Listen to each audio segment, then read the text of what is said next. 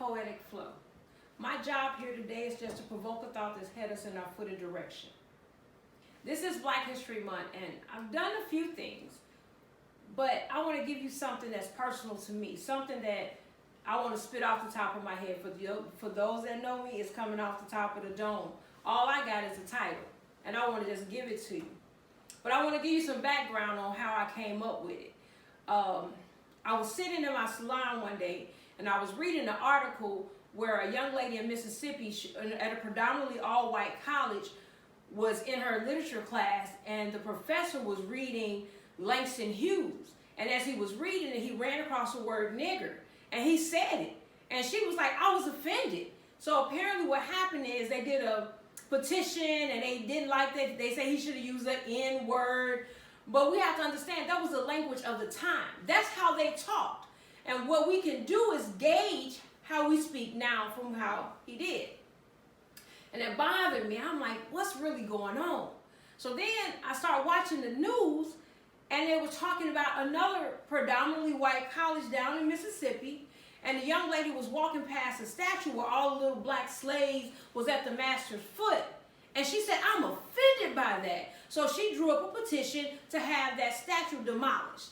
I'm like, now wait a minute, guys. Something got to be wrong. What's going on? Why are we tearing down the reason that I'm here? So I was sitting in the shop, and I'm like, this bothering me. It's kind of bothering me. And then all of a sudden in my mind, these words just came, and it was like, did anybody ask in the timeline of the mind of the slave? So I want to title this, Not a Grave. I just hope y'all enjoy it and get what I got out of it. In the timeline of the mind of a slave, anybody ever thought to ask him what was going through his mind? Because see, in the timeline of the mind of a slave, as I see it, he ain't never seen a grave. See, he saw the possibilities to be, because in his mind, he saw me. How can you stand there today and say that? Well, I remember as the stories were told to me, that from sun up to sundown, Master, I was a-coming, boss. I was going to do what you need, chopping me some cotton and moving as you please. He never once stopped of dreaming of the dreams that was given to him by the Father. For it once was told to him that your seed shall be that of the stars of the sky, and then the grain of sand. See, you don't get it. In the timeline of the mind of the slave, he ain't never seen a grave. He held on the promises of possibilities, because in his mind, he saw me. He is my history, and I am his story, and how I live today tells of his glory. His pain and his anguish was there for me. He took what he took, and he never died. Why?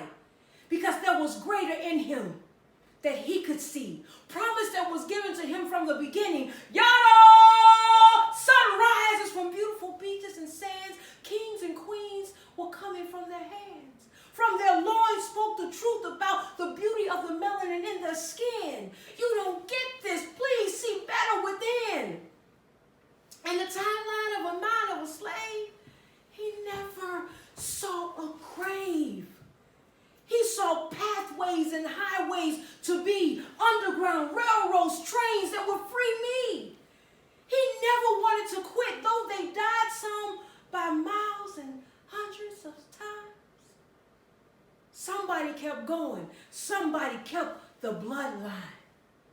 See, in the timeline of a mind of a slave, if we could go back and we could ask him, I believe he would tell us, I never saw a grave, but I saw the possibilities to be, because he saw me.